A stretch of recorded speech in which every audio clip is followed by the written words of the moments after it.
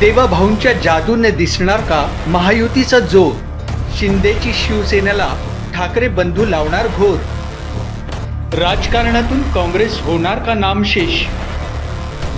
साहेबांच्या पक्षाचा दादा करणार का घात? महापालिका निवडणुकीत कुणाची कुणावर मात? नेशन सिटी न्यूजच्या साथीनं बघा महापालिकेचा रणसंग्राम. नागपूर महानगरपालिका निवडणुकीसाठी भारतीय जनता पार्टीकडून रविवार 11 जानेवारीला जाहीरनामा प्रकाशित करण्यात आला.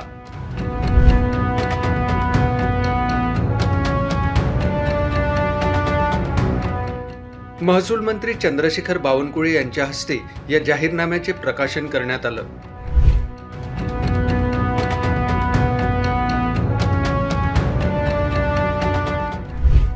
सुमारे 12 पानांच्या या जाहीरनाम्यामध्ये नागपूरकरांना नेमकं काय देणार हे फार प्रभावीपणे भारतीय जनता पार्टीला मांडता आलेले नाही.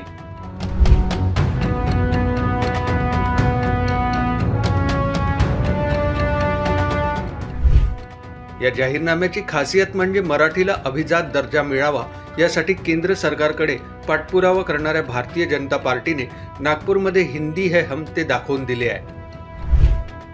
भाजपचा संपूर्ण जाहीरनामाच हिंदी भाषेमध्ये आहे.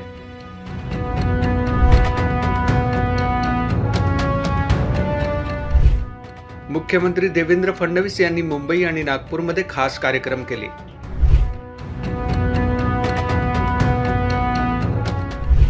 त्यापैकी नागपुरातील तर्री पोहा विथ देवाभाऊ या कार्यक्रमाने सगळ्यांची लक्ष वेधून घेतले.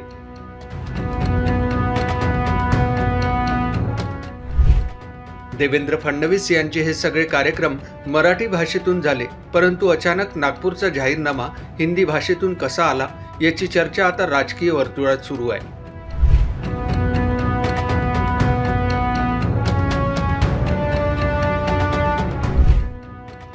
नागपूर भारताच्या मध्यवर्ती ठिकाणी आहे.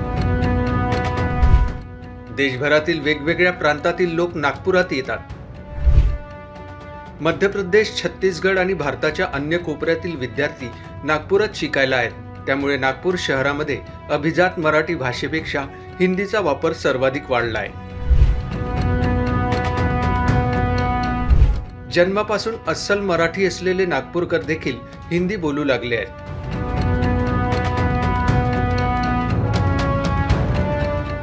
अशात भाजपाने आपल्याच होम पिच असलेल्या नागपूरमध्ये हिंदी बोलो रे हिंदी लिखो रे अशी कृती केली आहे.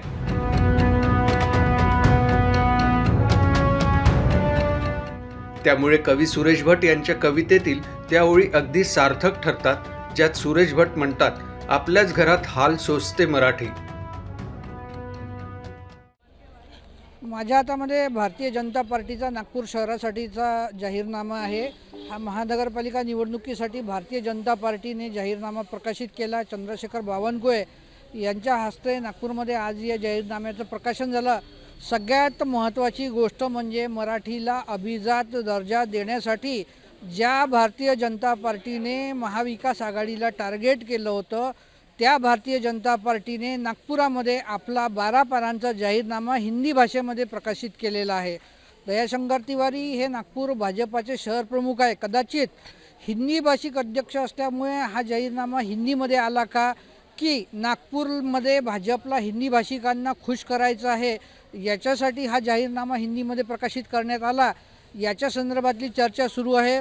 दुसरं म्हणजे या 12 पानांच्या जाहीरनाम्यामध्ये मतदारांना अत्यंत प्रभावीपणे आकर्षित केलं जाईल असा कोणताच मुद्दा नाही आहे. दुसरा जाहीरनामा माझ्या हातामध्ये आहे, तो काँग्रेसचा आहे.